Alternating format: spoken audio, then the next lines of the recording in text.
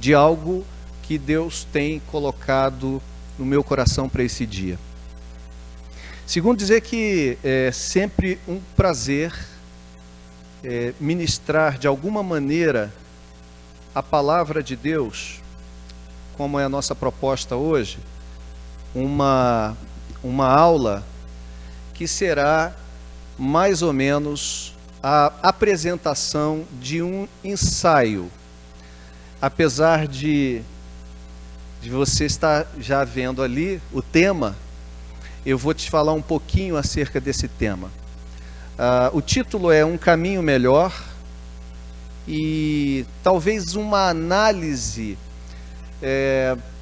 poderia dizer talvez mais um ensaio, mas uma análise da crise bíblico-teológica do protestantismo brasileiro, como subtítulo, porque esse é fruto de um trabalho que eu produzi na minha época de seminarista, como o trabalho final para a apresentação da minha monografia e da obtenção do título da graduação em teologia.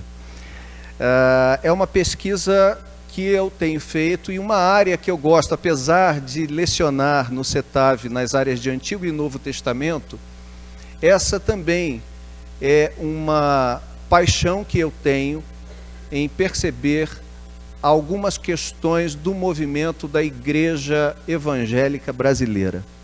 Então eu queria compartilhar com vocês uma condensação que eu fiz desse material e, à luz dessa reflexão hoje, perceber junto com você, ou chegar à conclusão da extrema relevância que existe na formação bíblico-teológica das novas lideranças, na capacitação bíblico-teológica de irmãos para exercerem a vocação cristã nas suas igrejas, junto aos trabalhos que fazem parte, tamanha necessidade que nós temos nesse momento na igreja brasileira. Eu queria então fazer essa avaliação com vocês e vou compartilhar aqui. Em parte, em algum momento eu vou estar lendo, e em outros vocês estarão vendo algumas citações que estarão sendo colocadas no PowerPoint, mas em alguns outros momentos a gente vai compartilhar de maneira livre. Eu queria começar, entretanto, com um texto. Queria que você pegasse a sua Bíblia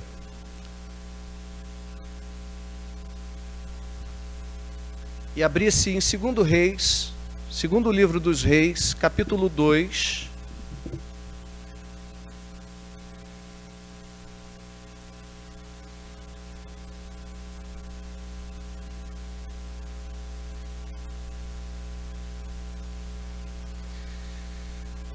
A partir do verso 38,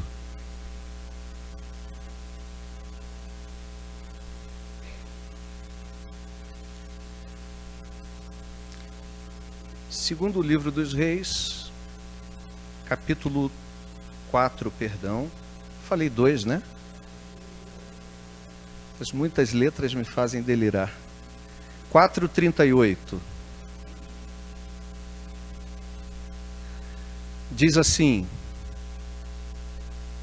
Voltou Eliseu para Gilgal, havia fome naquela terra, e estando os discípulos dos profetas assentados diante dele, disse ao seu moço: Põe a panela grande ao lume e faze um cozinhado para os discípulos dos profetas.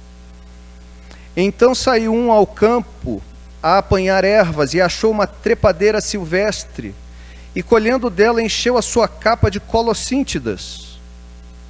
Voltou e cortou-as em pedaços, pondo-os na panela, visto que não as conheciam. Depois deram de comer aos homens, e enquanto comiam do cozinhado, exclamaram: Morte na panela, ó homem de Deus! E não puderam comer. Porém ele disse: Trazei farinha. Ele a deitou na panela e disse: Tira de comer para o povo. e já não havia mal nenhum na panela.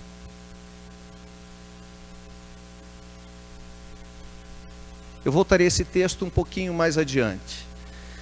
Mas quero começar dizendo para você que é fato público e notório que a população evangélica em nosso país vem crescendo em grandes proporções. Desde o boom dos anos 80, o crescimento da igreja evangélica vem sendo alvo das mais variadas pesquisas. Comparado a outros países, temos sido considerados uma superpotência numérica em termos de evangélicos. No ano 2000, alguns falavam em cerca de 28 milhões de evangélicos no Brasil, o que nos colocava na terceira posição no globo na época. Hoje os dados apontam para cerca de 40 milhões. Um dos maiores responsáveis por este crescimento é o chamado movimento neopentecostal. No início, este movimento era composto, em sua maioria, por igrejas independentes e pequenas denominações, em contraposição às denominações chamadas históricas. Sua marca distintiva, porém, encontrava-se em sua teologia e metodologia comuns, e não necessariamente em sua denominacionalidade. O que fez com que o movimento pentecostal, neopentecostal, adentrasse as próprias denominações históricas. Hoje, é um movimento eclético, com práticas as mais diversas, sem uma fonte de autoridade centralizadora. E isso é tão grave que se torna quase impossível, no Brasil hoje, definir o que significa ser evangélico. Você já percebeu a dificuldade que é, nos dias atuais, definir o que é ser evangélico no Brasil? Eu fui tomado de assalto por uma surpresa diante de uma pergunta de um vizinho. Eu estava indo ao seminário na época para dar aula e dei carona a um vizinho na saída da minha casa. Não tínhamos muito contato e aproveitei a oportunidade para fazer um contato mais pessoal com ele. Fomos conversando e ele, falando sobre a sua ocupação, disse que era engenheiro da Ampla e perguntou qual era a minha ocupação. E eu disse para ele: sou pastor evangélico. E ele disse assim: pastor evangélico? Mas como é que é isso? Eu falei: eu pastoreio uma igreja. Eu sou o pastor de uma comunidade cristã, de uma comunidade de cristãos. Ele virou para o lado, para o outro e disse assim: não consigo entender, mas é o quê? É tipo aquela determinada igreja que sempre esteve muito na mídia. Você é um pastor de uma igreja como aquela? E eu tomei um susto naquele momento. Porque se ele me pergunta, a minha questão era: qual era o pressuposto da pergunta daquele vizinho? Será que ele estava pensando: você é o pastor de uma igreja evangélica como aquela igreja que anda na mídia, em todos os canais? Será que o seu pressuposto era as lideranças, os escândalos e a teologia e as práticas mais variadas, esquisitas e bizarras daquela igreja? Eu diria para ele categoricamente: não pareço nem passo perto desse negócio.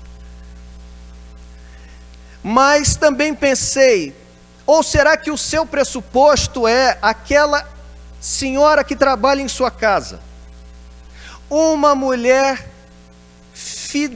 fidelíssima a Deus, que educa 2 filhos, sozinha, sem o marido, porque foi abandonada pelo marido, com todo sacrifício e honestidade, uma mulher de fé e de oração, mas que ainda pertence a essa determinada denominação. E eu fiquei pensando, qual dos 2 pressupostos estão por detrás dessa pergunta?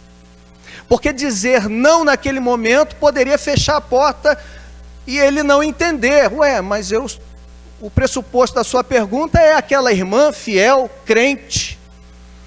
Dizer sim também, sem nenhuma reflexão, poderia fazer com que ele me olhasse e dissesse, você é mais um deles.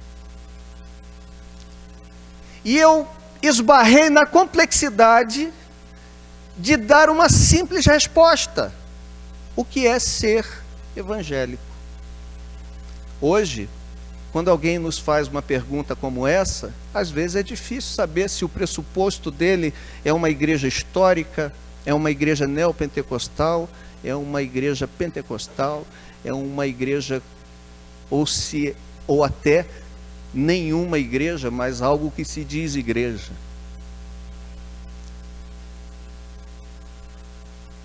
Uma grande massa evangélica essa grande massa evangélica tem sua expressão nas mais variadas áreas de nossa sociedade. Através de programas de rádio, televisão, política, entre outros, o povo evangélico tem dado as caras e se apresentado como detentor de um grande poder social. Shows gospel, gravadoras, passeatas, marchas e demais eventos tornam o evangelho, ou pelo menos os evangélicos, mais conhecidos. Todavia, esse aumento não tem se traduzido necessariamente num crescimento saudável, eticamente coerente, de prática relevante e bíblico-teologicamente bem estruturado da igreja. Uma das marcas distintivas do momento em que a igreja passa e do movimento neopentecostal são suas mensagens, que geralmente são pobres e fragmentadas. Verdades são atomizadas.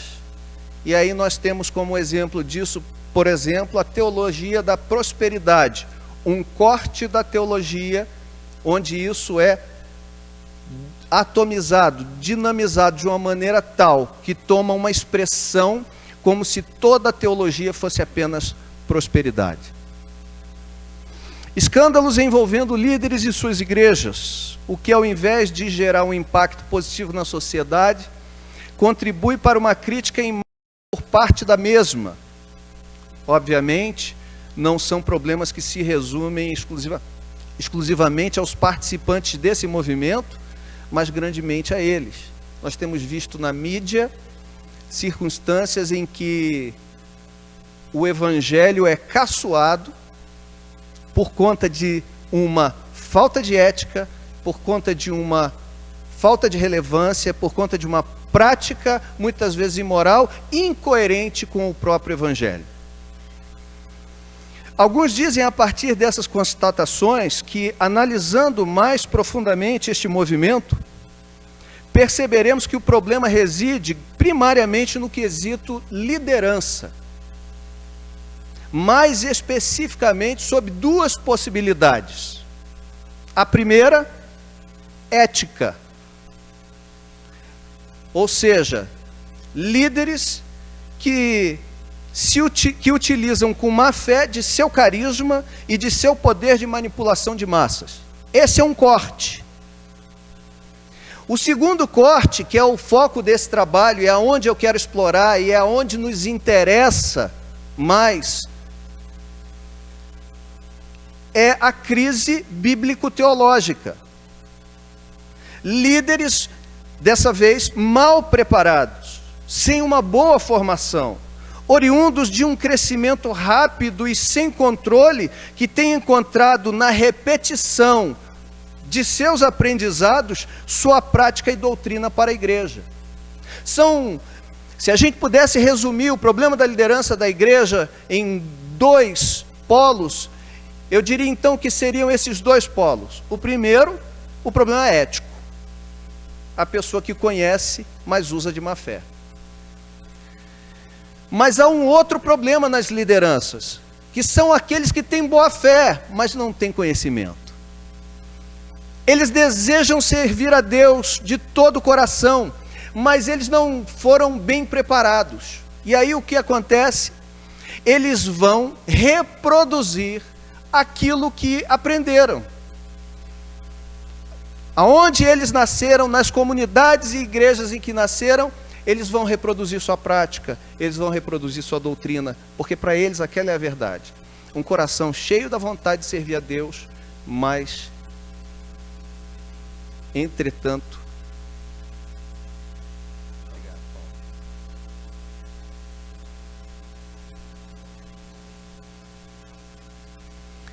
mas uma falta de capacitação para isso. A crise, então. O termo neopentecostalismo é oriundo dos Estados Unidos para designar o movimento de renovação carismática no meio protestante. É um novo pentecostalismo. Ele vem depois do movimento pentecostal e ele se torna um novo pentecostalismo, com elementos diversos e diferentes do pentecostalismo clássico. No passado, entre as igrejas mais atingidas pelo neopentecostalismo estavam as denominações históricas batistas, presbiteriana e metodista. O fenômeno brasileiro observado nessa questão foi que estas igrejas recusaram-se a aceitar essa renovação como sendo genuína e autêntica. Daí levaram à saída dos seus propositores e membros que foram sendo atingidos. Em consequência, surgiram algumas novas denominações. Há uma análise de um pastor amigo, e sobre esse ponto ele comenta que, no passado, houve a ruptura nas igrejas históricas e o surgimento de novas denominações. Estas, por sua vez, desencadearam um processo de crescimento acelerado e desordenado, gerando ministérios cada vez menos preparados bíblica e teologicamente, desprovidos de uma organização eclesiástica que viesse coibir os excessos e determinar padrões éticos, morais, espirituais e práticos que fossem escriturísticos. Estevão Fernandes, não é o Hernandes, por favor, bem escreve acerca disso quando retrocede e apresenta esse problema, em parte, desde a Reforma Protestante. A gente pensa, há muitos pensadores que acreditam que esse problema vem como germe da própria Reforma Protestante. Ele diz assim: essa característica da fé protestante está presente desde a Reforma, e teve na teologia de Lutero a sua grande pedra de toque, em especial no seu ensino sobre o livre exame das Escrituras, isto é, a Bíblia Sagrada, e a suprema valorização da fé como condição de salvação, associada à sua doutrina da graça de Deus. Embora o livre exame das Escrituras tenha sido o grande marco da Reforma, possibilitando o exame da Bíblia livre das amarras do Vaticano, a proporção que isso possibilitou a particular interpretação do texto, isto é, a livre interpretação, favoreceu não somente a expansão das igrejas reformadas, mas também a sua fragmentação. Um dos pressupostos da reforma por Lutero era que a Bíblia devia estar na mão do povo e o povo deveria ter acesso a examinar o que as Escrituras diziam. Contudo, uma vez o livre exame tendo sido exercido, passou então a haver a interpretação particularizada, isto é, uma livre interpretação por parte daqueles que pegavam a Escritura e não apenas a examinavam, mas a interpretavam cada um segundo o seu óculos. E esse problema hermenêutico aí já foi muito bem falado na Semana Teológica. Nós tivemos a Semana Teológica que falou muito bem sobre isso. Livre exame sim, livre interpretação não. Nós somos livres para examinar a Escritura, mas ninguém tem o direito de interpretá-la segundo a sua própria vontade, segundo o seu próprio desejo, segundo o seu próprio óculos. Mas isso aconteceu. E como isso aconteceu, várias denominações começaram a surgir. E hoje, o que nós temos, por exemplo, no Brasil? Várias igrejas que se dizem evangélicas, mas cada uma segue uma doutrina muitas vezes diferente da outra. Nós não temos as amarras do Vaticano, mas temos um outro problema hoje, que é essa fragmentação, e onde qualquer um acha ou pode se dizer evangélico porque segue alguns pressupostos bíblicos apenas. Mas tem doutrinas tantas outras por aí que não condizem com o evangelho.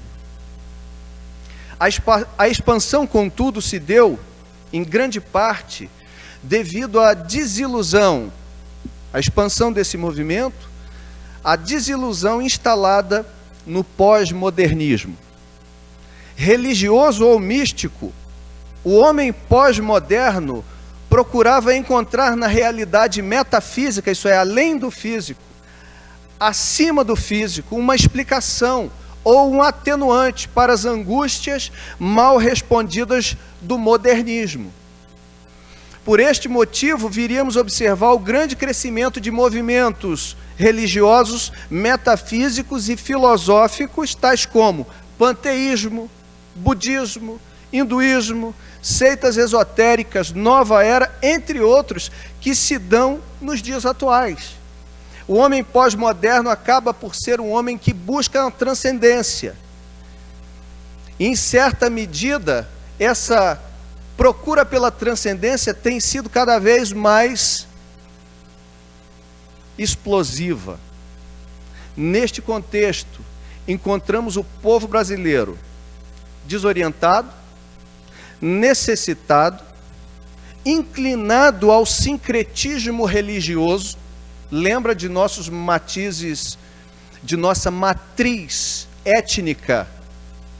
Nossa matriz étnica tem europeu, tem africano, tem índio, sul-americano. Nós temos o paganismo indígena, nós temos as religiões afro, na nossa matriz religioso e étnico, nós temos a herança católica europeia, nós temos toda a história de sincretismo, e isso não é diferente. Quando alguém se converte, também se converte com toda essa cosmovisão. Isso precisa ser transformado, sufocado por uma sociedade consumista e secularizante. É neste mesmo cenário que também cresce o nosso cristianismo. E por apresentar uma proposta de satisfação dos anseios espirituais e físicos desta massa aflita, o movimento neopentecostal encontrou sua força motriz. No movimento neopentecostal, você pode encontrar o céu já aqui na terra. Você pode conquistar já o céu aqui na terra. Pastor Isaltino Gomes, falecido, pastor batista, pastoreou a Igreja Batista do Cambuí, em São Paulo. Fez uma palestra enorme sobre neopentecostalismo por volta do ano 2004. Ele disse que o neopentecostalismo é também produto da reação do irracionalismo. Diante de uma sociedade tecnológica, neste sentido, o neopentecostalismo também apela para o irracionalismo filosófico, e seus pregadores desdenham dos pregadores bem preparados. Estes, ele diz, conhecem palavras humanas, aqueles conhecem o poder de Deus.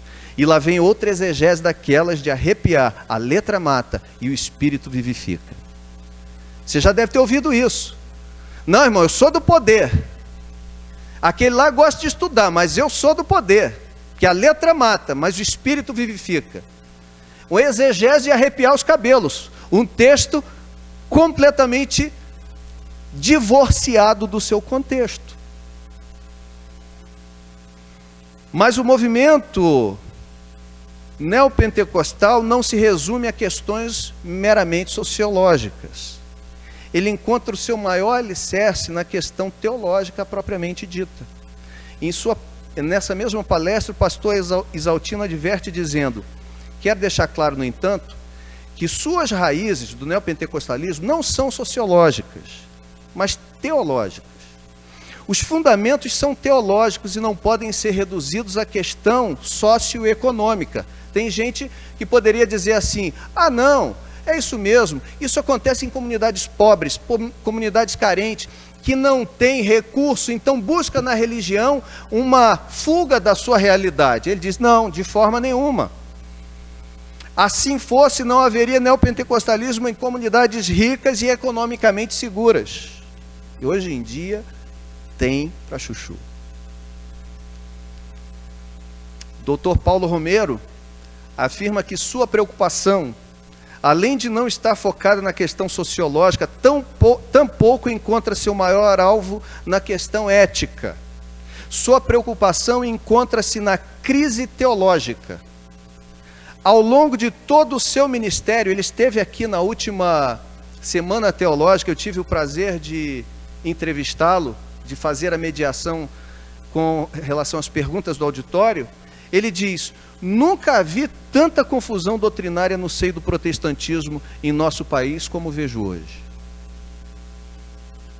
Uma pesquisa realizada nos Estados Unidos diz que o crescimento da igreja atual é apenas visual, que na verdade o que está havendo é uma ciranda de crentes, e que as igrejas estão crescendo pelo remanejamento destes. Isso se deve ao fato de que as pessoas têm se movido em direção à igreja à procura de ambientes agradáveis, cultos informais, reuniões empolgantes e, acima de tudo, carregadas de humanismo. Segundo algumas organizações, os movimentos que mais fascinam e influenciam a igreja evangélica atualmente são os movimentos de técnicas gerenciais e terapêuticas. Deixa eu te contar um episódio. Eu estava de férias, fui para São Lourenço.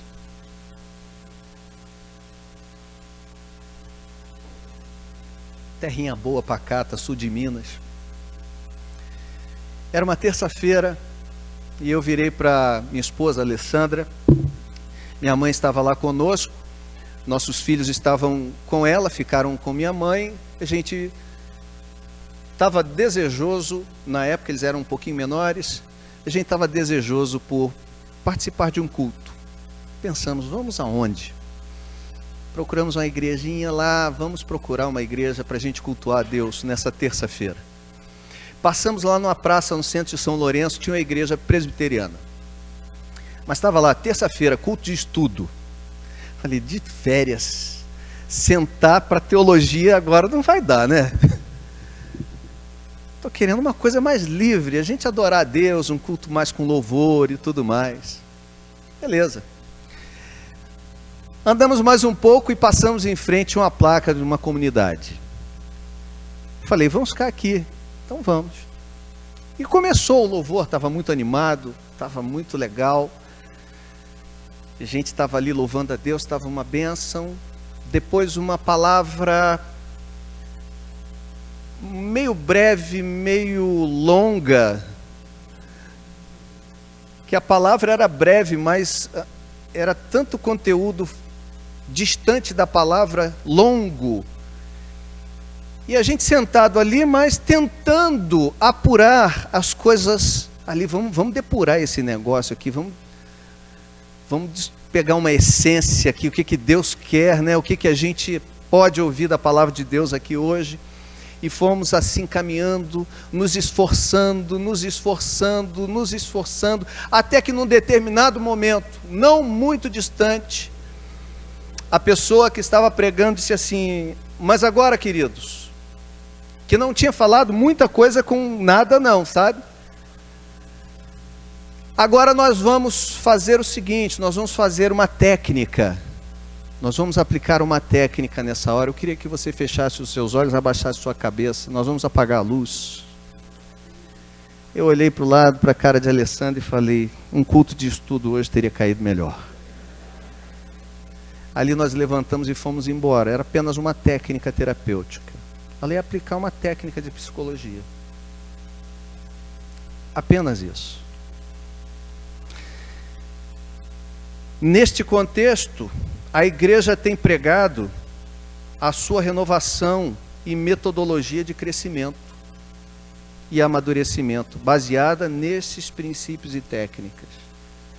Por esse motivo, muitas lideranças evangélicas têm denunciado a troca do modelo pastoral pelo modelo empresarial ou psicoteológico nos dias de hoje. Em seu livro Pregação Poderosa para o Crescimento da Igreja, David Ebb denuncia a substituição das técnicas de evangelismo pelas de marketing. Em muitos artigos e citações de encorajamento, ele faz menção de opiniões de homens que há muito vêm denunciando essa prática que tem adentrado tais igrejas na surdina, como, por exemplo, a citação de Bill Hall, que diz: precisamos ir além do crescimento através da tecnologia e perceber que o evangelho não precisa ser divulgado com técnicas de marketing. Ele precisa ser pregado no púlpito e trazido pessoalmente aos incrédulos em seu próprio ambiente. É necessário ter o conhecimento para ser pregado de púlpito e a capacidade de contextualização para ser levado uma linguagem e no ambiente que a pessoa possa receber, mas não precisa de técnica gerencial nem de marketing. O evangelho é o poder de Deus para a salvação de todo aquele que crê. Ou ainda citações sarcásticas, tais como a de Os Guinness, onde diz assim: mas, para os cristãos, o impacto mais importante do marketing é sempre na mensagem em si mesma. Uma vez que o marketing passa a dominar, a preocupação não está em achar um público para ouvir sua mensagem, mas sim encontrar uma mensagem para o seu público. É a técnica do mercado. Qual é o que vende? É a mercadoria que procuram. Então, como eu faço para encher? Eu ofereço aquilo que procuram. Eu não prego então a palavra, mas aquilo que querem ouvir. E aí ele diz assim: o marketing messiânico está levando o evangelicalismo contemporâneo perigosamente próximo ao liberalismo criticado anteriormente por Richard Niebuhr, como um Deus sem ira, trazendo homens sem pecado a um reino sem julgamento através das ministrações de um Cristo sem cruz. Hoje, nós temos visto um evangelho assim sendo pregado. Eu destaquei algumas palavras, 4, ira, pecado, julgamento e cruz, porque essas são palavras fora de moda. Essas são palavras que hoje em dia ficam difíceis de ser faladas em púlpito, porque podem ser ofensivas, alguns dizem. Logo, devido ao relativismo pós-moderno, a verdade hoje encontra-se cada vez mais diluída e, por conseguinte, ineficaz. Por que os crentes de hoje não são iguais aos de ontem? Porque o conteúdo do evangelho é diluído. As demandas do evangelho não são apresentadas. São apresentadas promessas para que você venha para cá. Mas e as demandas? E o que Jesus Cristo falou? Quem quiser vir após mim, negue-se a si mesmo, tome sua cruz diariamente e me siga. Por exemplo, o poder é um forte inimigo da verdade. Muitos hoje em dia chegam a negligenciá-la, a verdade, quando não preteri-la de todo. James Boyce, no seu livro Religião de Poder, diz que quanto mais os cristãos atuais sucumbem a o poder, mais problemas se avolumam. Devido ao interesse espúrio pelo poder, a teologia, isto é, o estudo da revelação de Deus, bem fundamentado em sua palavra, é paulatinamente trocada pela ideologia. Um sistema de diretrizes, teorias e alvos constantes em um programa político. E aí eu não vou nem entrar nem em algumas ideologias cristãs de hoje em dia aí, porque eu acho que tem gente mais preparada para falar do que eu. Necessário se faz denunciar esse fato de forma contundente. Há uma leitura nada agradável acerca do protestantismo brasileiro sendo feita por vários teólogos já há muito tempo. Muito do que tem acontecido no meio da igreja hoje tem se aproximado mais do conceito de religiões pagãs ou religiões de mistério. Por tal motivo, talvez John Angel James diga que por vezes é mais fácil acreditar em atores e ficções do que no conteúdo da Bíblia. Ele diz que numa conversa entre um ministro e um ator, diz assim: por que disse um ministro, um pregador, um ministro do evangelho a um ator, suas representações, que são figuras da imaginação, produzem tão maior efeito que nossos sermões, que são verdadeiros? Porque, disse o ator, representamos ficções como se fossem reais, e vocês pregam verdades como se fossem ficções. Um dos maiores cuidados que os escritores do Novo Testamento tiveram foi o de apresentar Cristo a partir de uma perspectiva correta. Dr. Paulo Romero diz que quando alguém crê num Jesus errado, embarca numa salvação errada e desembarca num céu errado. Esse é o problema de se apresentar uma mensagem equivocada e um Cristo que não é o bíblico. Você vai se decepcionar onde você vai chegar. Podemos observar ao longo da história da igreja o zelo que muitos apologistas tiveram, debatendo em concílios intermináveis questões como a divindade de Cristo, sua essência, etc. O que para os evangélicos de hoje, pós-modernos, pode parecer pura bobagem. Isso é besteira, pô. Vai estudar a essência de Cristo? Vai estudar a pessoa de Cristo? Suas duas naturezas? Professor Wallace, suas aulas são obsoletas.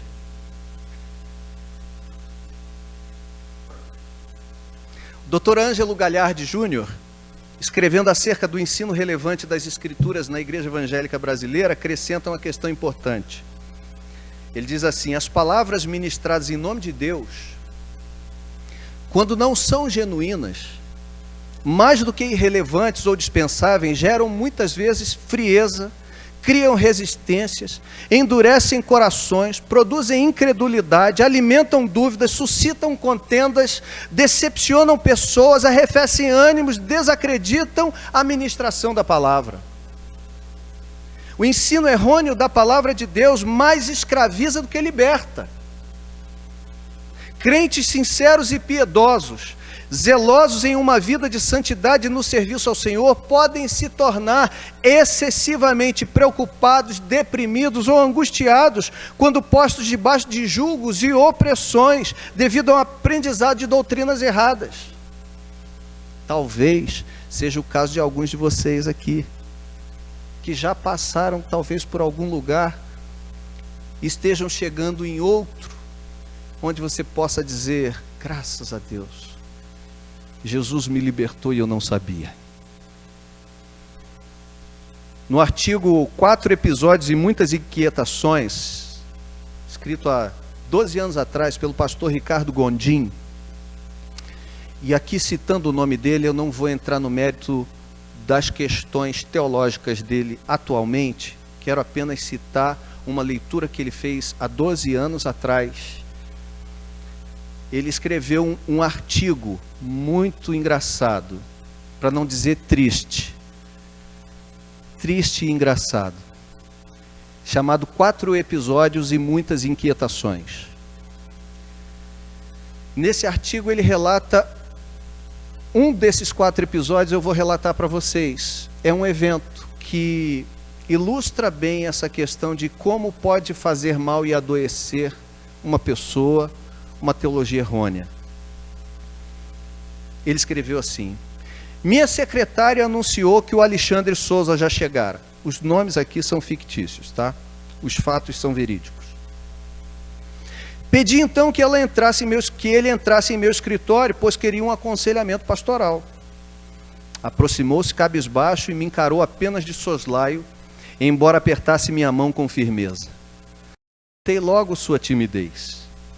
Calculei sua idade por volta dos 28 anos. Cabelos bem aparados e penteados para a esquerda chamavam a atenção pela negritude. Pedi que Alexandre se sentasse e iniciei nosso diálogo procurando deixá-lo mais à vontade. Ofereci um copo d'água, que aceitou sem esboçar nenhuma emoção. Achei-o muito quieto. Pensei na dificuldade daquele aconselhamento. Imaginei que gastaria a maior parte do tempo perguntando e ouvindo meras respostas monossilábicas. Ledo engano. Logo que bebeu o primeiro gole, Alexandre me encarou e perdeu toda a timidez. Pastor, começou sem gaguejar, faço parte da igreja X, aqui em Fortaleza. Há 2 anos estou endemoniado. Vim aqui porque preciso de libertação, emendou. Mostrei-me surpreso. Endemoniado? Você está em pleno controle de suas faculdades mentais, emocionalmente equilibrado e com um semblante tranquilo. O que lhe leva a crer que está endemoniado? Sua resposta me deixou ainda mais perplexo. Todas as sextas-feiras eu vou ao culto de quebra de maldições em minha igreja. E faz 2 anos que eu caio tomado por demônios em todos os cultos. Pela voz não parecia indignado, apenas cansado. O bispo põe a mão sobre a minha cabeça e eu fico agoniado. Tenho vontade de tirar a mão dele de cima de mim. É nesse exato momento que acontece. O que? Interrompi. Fico nervoso, com uma aflição muito grande. Quero tirar a mão do bispo de cima de mim. Acabo caindo no chão. Lá me dizem que essa aflição é demoníaca. Questionei ele porque o bispo então não conseguia libertá-lo totalmente, já que sua possessão se manifestava semanalmente há 2 anos. Explicaram-lhe que esse tipo de demônio é muito esperto. Quando o expulsavam da mente, ele corria para o espírito. Do espírito se escondia na vontade, da vontade pulava para a alma. Dessa forma, continuava cativo, mesmo já batizado e mesmo havendo terminado seu curso sobre plenitude do Espírito Santo. Mostrei-lhe que não era possesso, apenas um inocente útil, um joguete nas mãos dos líderes que precisavam de pessoas sugestionáveis para valorizar os cultos de libertação da sexta-feira. Ele conclui então dizendo: esses 4 episódios descritos, palavras dele, o pastor Ricardo, são verdadeiros. Esse é um deles. Os outros eram piores, aí eu tirei para vocês não escandalizar muito. Todos patéticos. Realmente aconteceram nas cidades mencionadas, apenas os nomes são fictícios. Ilustram bem o que invade as igrejas evangélicas no Brasil. Entendo que as pessoas têm o direito constitucional de crerem, praticarem ou pregarem o que quiserem. Entretanto, não deveriam fazer em nome da fé protestante evangélica. Muito sangue já foi derramado, muitas vidas sacrificadas e muitos missionários afadigados para que testemunhássemos tanta superficialidade. Além disso, produzem um estrago imensurável em vidas. Muita gente já perdeu a fé. Qualquer pessoa com um mínimo de senso crítico, depois que passa a euforia e o fanatismo, se sentirá envergonhada de um dia haver participado de ambientes onde imperaram tantas tolices. Acabam trilhando o caminho do cinismo ou da revolta. Eu conheço um monte. Uma das igrejas que mais cresce no Brasil hoje é a Igreja dos Desigrejados. Tem um livro do pastor Hidauro. Uma das igrejas que mais cresce hoje em dia é a Igreja dos Desigrejados. Se você for ver, tem um monte de gente desiludida com a fé, que se sentiu enganado em algum momento da sua caminhada, que achou que tudo era igual, ou que todo lugar é igual àquele que ele participava. Ele diz: torna-se necessário que aconteçam denúncias internas entre nós, para que o Evangelho não se desfigure em um outro Evangelho. Se nos calarmos, mancharemos nosso legado de fé e nos tornaremos culpados por omissão. Quando a igreja deixa de salgar e passa a ser motivo de chacota, para nada mais serve senão para ser lançada fora e pisada pelos homens. Há muito joio dentro das igrejas evangélicas e ele não se parece em nada com o trigo. Pelo contrário, dá-nos vontade de rir e de chorar ao mesmo tempo. Protestemos antes que só dê vontade de chorar. Hoje, a teologia e doutrina evangélica brasileira estão mais parecidas com o caldo de colossíntidas do episódio de Eliseu em 2 Reis, capítulo 4, 38 a 41, com seu slogan, a morte na panela, do que com o genuíno leite espiritual de 1 Pedro 2,2. O episódio de 2 Reis mostra que Eliseu estava com os discípulos dos profetas e manda que um deles, um moço, fosse apanhar comida para fazer para todos comerem. Ele vai, ávido, encontra uma trepadeira silvestre, também uma colossíntida, uma espécie de árvore que parecia uma videira, mas não era. E lá diz o texto que nós lemos que ele enche a sua capa avidamente, e chegando, corta tudo em pedaços e prepara um panelão. Só que na sua boa vontade, na sua euforia, na sua super disposição, sem procurar conhecer o que era, sem ter entendimento do que era, ele estava preparando um prato que ia matar a todos os homens, achando que estava fazendo o que era bom. A analogia que eu faço é que parece que hoje em dia na igreja evangélica brasileira há morte na panela. Tem muita coisa sendo pregada com cara de evangelho que não é evangelho. Tem muita coisa sendo pregada, mas na verdade é um caldo de colossíntidas ao invés de ser a palavra genuína de Deus. E cedo ou tarde, acaba por matar ou arrefecer a fé de muita gente. Graças a Deus, naquele episódio, Eliseu estava ali. A figura do líder maduro, estruturado, e que pega o éfa de flor de farinha, que era a farinha destinada à questão cerimonial, e mistura. E ali ele corta o veneno daquela erva brava. Ainda existe uma forma da gente cortar o veneno dessas heresias, dessas teologias que não têm dado crescimento à igreja. É a genuína palavra de Deus. A gente combate isso ensinando o ensino sólido, bíblico e teológico. É com o ensino sólido, é com conhecimento sólido, é com base bíblica. Contradição, então, na espiritualidade atual. Apenas mais um corte para a gente já caminhar para o fim. Dentro dessa espiritualidade nossa, então, o que existe? Em função de tudo isso que a gente tem vivido, há um certo dualismo na nossa espiritualidade. Há uma luta entre experiência e doutrina. Alguns são a favor apenas da experiência, outros apenas da doutrina. Parece que é então, como desenvolvimento de nossa espiritualidade atual, uma tendência à tensão e à polarização. De um lado, o tradicionalismo e o academicismo têm sido abraçados. De outro, o pragmatismo e o misticismo. De um lado, a doutrina, do outro, a experiência. John Stott, citando James Orr, parece querer demonstrar que espiritualidade e racionalidade não devem ser contraditórios. Ele diz assim: uma religião divorciada do pensamento diligente e elevado tem tido, através de toda a história da igreja, a tendência de se tornar fraca, estéril e nociva. Você acredita em qualquer coisa. Você não compara com a Escritura. Na verdade, você nem pode comparar, diga-se de passagem, porque você não tem base para saber se aquilo que está sendo pregado muitas vezes é certo ou é errado.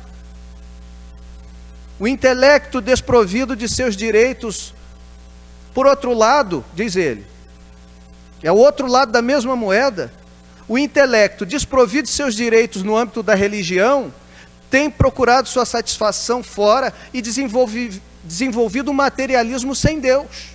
De um lado, uma frieza acadêmica, do outro lado, uma espiritualidade mística, misticista. Então, o professor na época do Seminário Teológico Batista do Sul do Brasil, Alan Myatt, tutor do mestre, meu querido professor Franklin Ferreira, nosso querido professor de História da Igreja, pareceu resumir a questão da contradição e do conflito em que, por um lado, os carismáticos tendem a vários erros teológicos, tais como pelagianismo, legalismo, misticismo, entre outros. E os não carismáticos correm o risco de se tornarem frios e secos espiritualmente. De certa forma, não é esse modelo que nós, muitas vezes, a gente ouve a pessoa dizer assim: não vá para o seminário, não vá estudar, porque lá a sua fé vai esfriar. Porque em alguma medida, em algum momento, essas polarizações aconteceram. Na busca por uma capacitação, alguns se tornaram apenas frios, no academicismo, frio, morto. Tem a palavra de Deus o seu labor sobre a palavra de Deus como alguém disseca um cadáver numa mesa de autópsia. Por outro lado, alguns rejeitando esse modelo de forma correta e coerente, também descambam para o outro extremo. E acabam achando que não há necessidade nenhuma de formação, nenhuma de instrução, nenhuma de preparação.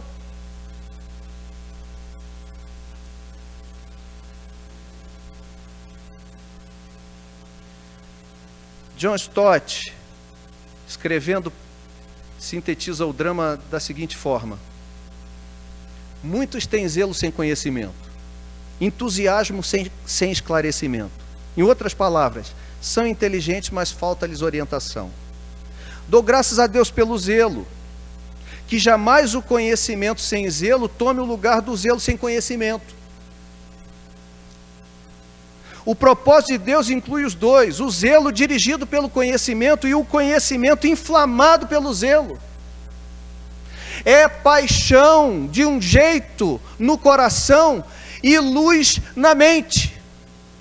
É um incendiando o outro e o outro dando as bases para o primeiro. A entrega sem reflexão é fanatismo em ação. Mas a reflexão sem entrega é paralisia de toda ação.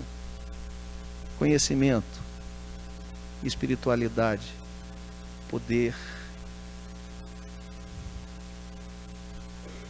Um ponto importante que deve ser mencionado diz respeito à denúncia que muitos fazem acerca da prática cega dos dons espirituais, por se ignorar as Escrituras.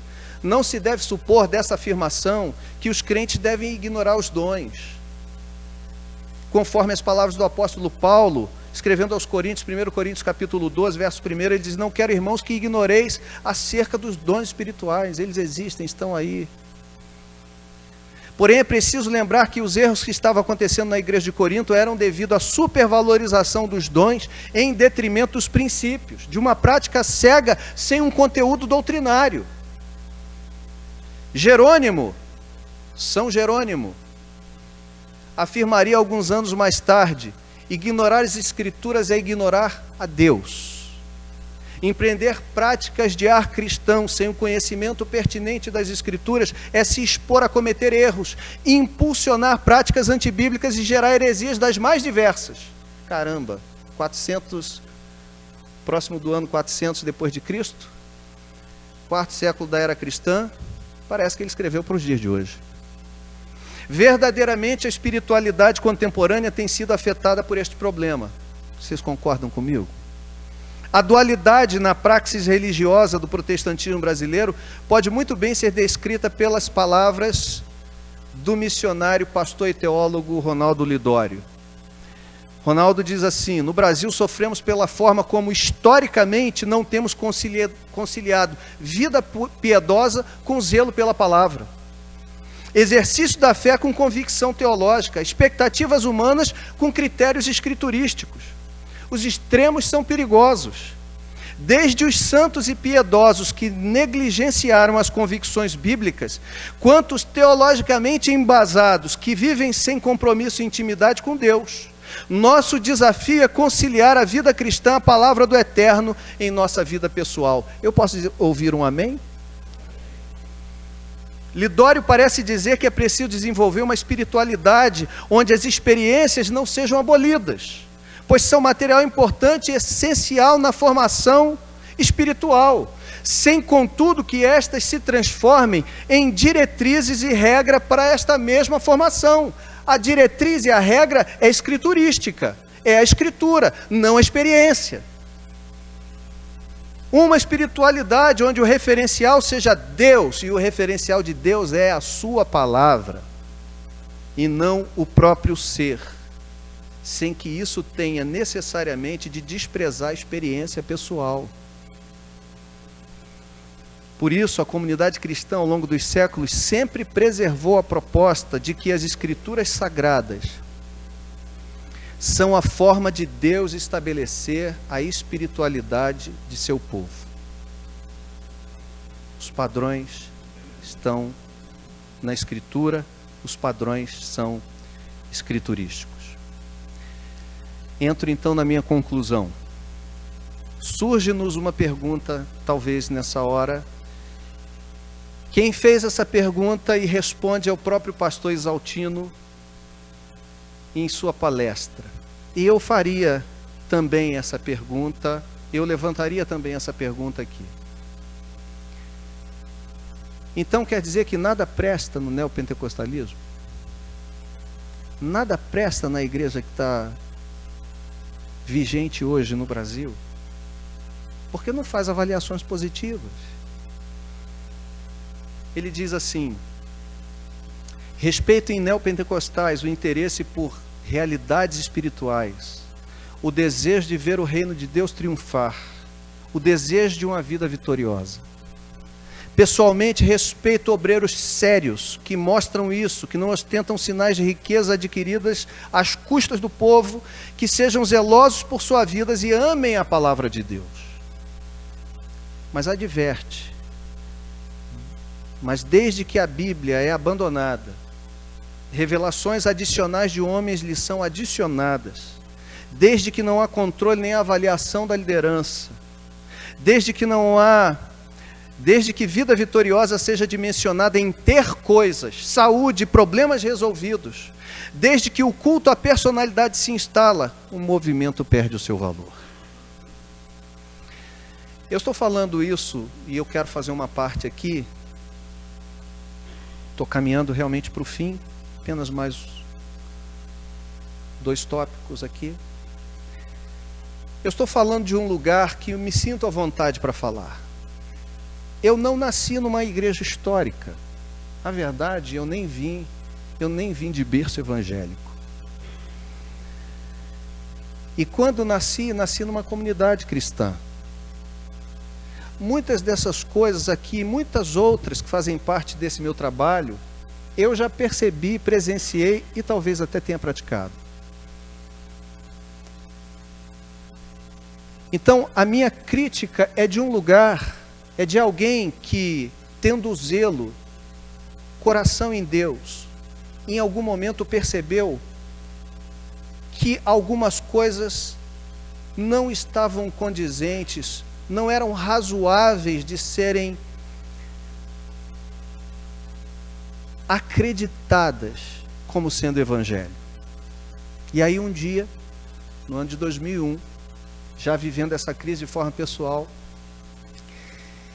eu ouvi a palestra de um desses homens que eu citei aqui.